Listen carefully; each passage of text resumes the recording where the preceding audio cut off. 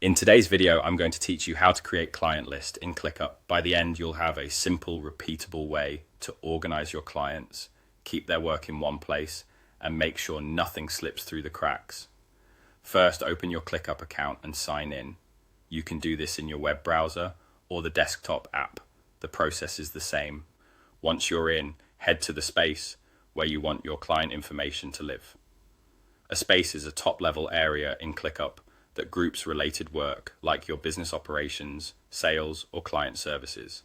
Choose the specific space that makes sense for your client management, so everything stays organized from the start. Inside that space, look for the plus icon. This is where you create new items. Click the plus icon and select List. A list is a focused container for tasks and details. Think of it as your dedicated home for a single client or for a group of clients, depending on how you prefer to manage your work. Now it's time to name your list. Choose a clear, consistent name so you can recognize it instantly later.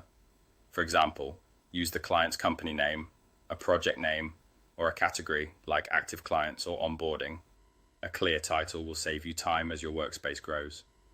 Next, add tasks specific to that client list. Each task can represent a deliverable, a meeting, a to-do, or a milestone.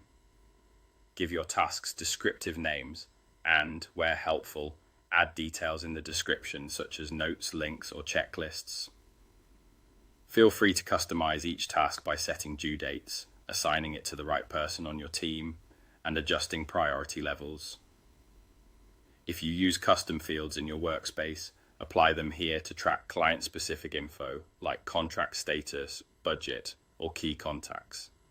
The goal is to make every task actionable and easy to understand at a glance. You can also add folders within the same space to group multiple lists together.